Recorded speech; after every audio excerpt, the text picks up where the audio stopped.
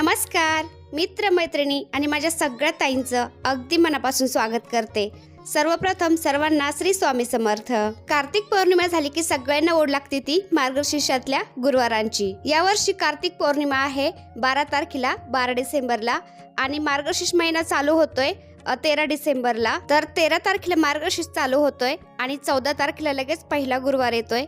तर यावर्षी 5 गुरुवार येणार आहेत मार्गशीर्षातले। तर 5व्या गुरुवारी अमावस्या येत आहे तरी पण काही हरकत नाही। 5व्या गुरुवारी सुद्धा आपण पूजा करू शकता आणि उपवास सुद्धा करायचा आहे आपल्याला। मार्गशीर्ष महिना हा जवळच आलेला आहे, त्यामुळे आजच्या व्हिडिओमध्ये मी तुम्हाला मार्गशीर्ष महिन्यामध्ये आपण जी माता लक्ष्मीची पूजेची मांडणी करतो ती मांडणी कशी करायची, पूजा कशी करायची याविषयीची बरीचशी माहिती पण मी तुम्हाला आजच्या व्हिडिओमध्ये देणार आहे। तर व्हिडिओ स्किप न करता शेवटपर्यंत पाहत राहा आणि तुम्ही जर आपल्या चॅनलवरती नवीन असाल तर प्लीज आपल्या चॅनलला सबस्क्राइब पण करा। चला तर मग उशीर न करता व्हिडिओला सुरुवात करूया। मार्गशीर्ष महिना हा व्रत वैकल्यासाठी आणि विशेष म्हणजे माता लक्ष्मीच्या पूजेसाठी उपासनेसाठी खूप शुभ आणि पवित्र मानला जातो। तर या महिन्यामध्ये तुम्हाला कुठल्या पूजा करायच्या असतील, होम हवन करायचे असतील ते सुद्धा तुम्ही करू शकता। तर माझी रोजची पण पूजा झालेली आहे, तुम्ही बघू शकता। आपण जर देवांची पूजा केली, आपलं मंदिर एकदम छान असं असेल, पूजा झालेली असेल तर घरामध्ये एकदम प्रसन्न वातावरण असतं पहा। आपल्या मनाला एकदम छान असं पॉझिटिव्ह फील होतं आणि दिवस आपला एकदम छान जातो। तर रोजची पूजा झालेली आहे माझी आणि मंदिराखालीच मी तर चौरंग मांडणार आहे आणि चौरंगावरती मी पूजेची मांडणी करणार आहे। तर तुम्ही चौरंग घेऊ शकता, पाट पण घेऊ शकता। तर माझा खूप मोठा पाट आहे पण पूजा छोटी आहे त्यामुळे मी पाट तो काढून ठेवलाय आणि चौरंग मांडलाय आणि सगळं सामान असं गोळा केलंय। म्हणजे सगळं सामान गोळा केलं की आपल्याला वेळेला धावपळ करावं लागत नाही, त्यामुळे सगळं सामान आधी गोळा करायचं काय काय लागतंय आणि मग पूजेला बसायचं, म्हणजे आपल्याला सारखं सारखं उठावं पण लागत नाही। तर हे सामान सगळं मी गोळा केलंय। तर काय काय सामान लागतं त्याचा सुद्धा मी व्हिडिओ लवकरच अपलोड करणार आहे। इतकं पण काही जास्त सामान लागत नाही, जसं की आपण दिवाळीची पूजा करतो माता लक्ष्मीची त्यापेक्षा कमीच लागतं। तर मी तर कलश घेतलाय, कलशावरती स्वास्तिक काढून घेते। आता कलशामध्ये पाणी भरून घेतलंय। मी काय केलंय, चौरंगाखाली तांदळाने स्वास्तिक काढलाय, चौरंग ठेवून घेतला, चौरंगावरती लाल कपडा टाकलाय आणि त्यावरती पुन्हा एक छोटासा पाट ठेवलाय कलश मांडण्यासाठी। जसं की आपण कलशाला एकदम देवीसारखं सजवत असतो, शृंगार घालतो, मग ते काय होतं, ते कपडे घातलेले आहेत आपण कलशाला शृंगार केलेला आहे ते असं दबलं जातं, त्यामुळे छोटासा पाट ठेवलाय मी, त्यावरती पुन्हा लाल कपडा टाकलाय आणि कलश मी छान असं तयार करून घेणार आणि मग त्यावरती मी या कलशाची स्थापना करणार। तर आता कलशाला मी स्वास्तिक काढून घेतलाय, तो सुकतोय कारण त्याला आपल्याला छान असं सजवायचंय, तो सुकलं पाहिजे। कुंकू लावलेला आहे आपण स्वास्तिक काढलाय ते, त्यामुळे मी आता दिवा लावून घेते। तर सगळ्यात आधी आपण दिवा लावायचा आणि मग पूजेला सुरुवात करायची असते। तर 2 पानं ठेवलेत मी, चौरंगाच्या जवळच एक छोटासा पाट ठेवलाय, त्यावरती सुद्धा कपडा ठेवलाय मी। आपण दिवा खाली कधी ठेवायचा नसतो। तर 2 पानं ठेवलेत नागिनीचे, त्यावरती थोडेसे तांदूळ ठेवले, हळदी कुंकू वाहिलं, अर्थात आपण भूमीची सुद्धा पूजा केली। दिवा ठेवून घेतलाय आणि दिवा प्रज्वलित करून घेतलाय। दिव्याला पुन्हा हळदी कुंकू फूल वाहायचं, नमस्कार करायचा आणि मग पूजेला सुरुवात करायची असते। तर माता लक्ष्मीच्या पूजेमध्ये या दिव्याचं सुद्धा खूप महत्त्व आहे। या दिव्याची जर आपण पूजा केली आणि दिवा प्रज्वलित केला तर आपण माता लक्ष्मीची पूजा केल्यासारखंच असतं, कारण या दिव्याचं नावच गजांत लक्ष्मी दिवा आहे। कारण कमळामध्ये बसलेली माता लक्ष्मी आहे मधी आणि माता लक्ष्मीच्या दोन्ही बाजूनी गज आहेत, म्हणजे हत्ती आहेत। तर या दिव्याला गजांत लक्ष्मी दिवा असं म्हणतात। दर शुक्रवारी आपली रोजची पूजा झाल्यानंतर हा दिवा असा छानपैकी सजून जर प्रज्वलित केला तर माता लक्ष्मी खूप खुश होत असते आणि हा दिवा नुसता लावला तरी आपल्याला माता लक्ष्मीचं पूजन केल्याचं फळ मिळत असतं। आता जे कलशाला आपण स्वास्तिक काढलं होतं ते पण छानपैकी सुकलंय।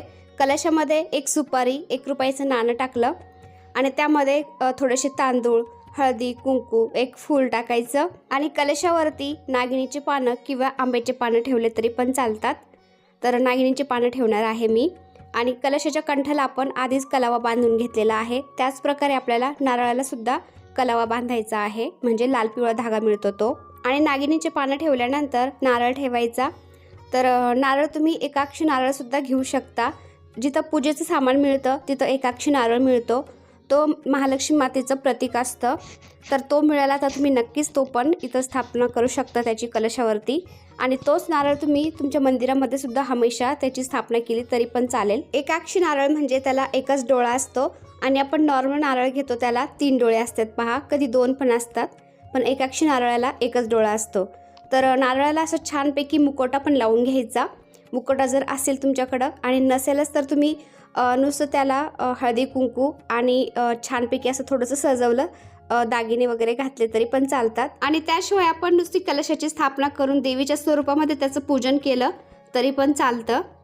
तर मी असा छानपैकी मुखवटा लावून घेतला आहे नारळाला आणि असे वस्त्र पण आणलेत मी. तर आजकाल बाजारामध्ये असे खूप छानपैकी वस्त्र मिळतात कलशाला असे घालण्यासाठी.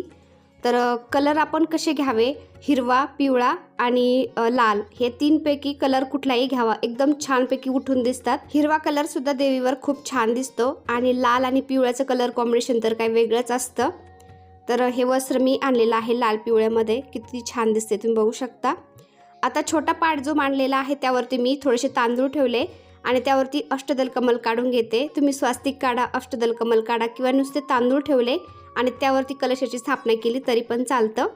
आता मी छोटंसं अष्टदल कमल काढलं आहे कारण पाट छोटासाच आहे त्यामुळे, आणि कलशाची तिथं स्थापना करते. आता जे अष्टदल कमल काढले आपण त्यावरती सुद्धा आपल्याला थोडंसं हळदी कुंकू व्हायचं आणि मग कलशाची स्थापना करायची.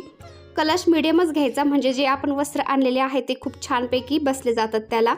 आणि आपण छोटा पाट मांडलेला आहे त्यामुळे तुम्ही बघू शकता जे वस्त्र घातलेले आहेत ते एकदम खाली असे लोंबत नाहीत आणि एकदम परफेक्ट असे बसले जातात. आणि आपण कलश ठेवतो तो असं खाली दबलेसुद्धा जात नाही. तर माझी रोजची पूजा पण झालेली आहे तुम्ही बघू शकता. आणि त्याखालीच मी असं एक चौरंग मांडलाय आणि चौरंगावरती पूजेची मांडणी केली. तर आपल्या देवाऱ्यासमोरच आपण पूजेची मांडणी केली तर खूपच चांगलं. आणि दिव्यामध्ये तुम्ही बघू शकता खूप छान असं फूल तयार झालंय. आता जे देवीच्या स्वरूपामध्ये आपण कलशाची स्थापना केली तिथे मी विड्याची पानं मांडून घेतलेत, 2-2 जोडीने मांडायची असतात कधी पण, आणि समया पण ठेवून घेतल्यात. तर अशी मांडणी करून घेतली की आधी आपल्याला कळतं कुठं काय ठेवायचं आहे, कशी मांडणी करायची. तर मी समया ठेवून घेतल्या दोन्ही बाजूकडून आणि 2-2 विड्याची पानं 3 ठिकाणी ठेवले.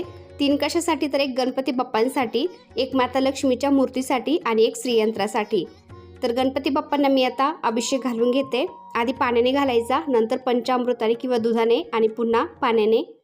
ओम गण गणपते नमः, ओम गण गणपते नमः, ओम गण गणपते नमः असं म्हणत आपण गणपती बाप्पांना अभिषेक घालायचा. किंवा तुम्ही गणपती बाप्पांना मी तुम्हाला अभिषेक घालत आहे असं म्हणायचं आणि गणपती बाप्पांना अभिषेक घालायचा. त्यानंतर अभिषेक झाल्यानंतर स्वच्छ कपड्याने पुसून गणपती बाप्पांना तांदळावरती स्थान द्यायचं आणि पुन्हा त्यांना हळदी कुंकू वाहायचं. हळदी कुंकू वाहताना सुद्धा म्हणायचं गणपती बाप्पा मी तुम्हाला हळदी कुंकू वाहत आहे, गणपती बाप्पा मी तुम्हाला फूल वाहत आहे, गणपती बाप्पा मी तुम्हाला अक्षदा वाहत आहे. अशा प्रकारे सुद्धा आपण पूजा करू शकता अगदी साध्या सोप्या पद्धतीने. तर 3 ठिकाणी मी 2-2 पाण्याचे जोडीने असं 3 विडे ठेवलेत. तर त्यावरती सुद्धा मी तांदूळ ठेवून घेतलेत. तांदळावरतीच आपल्याला देवांना स्थान द्यायचं असतं.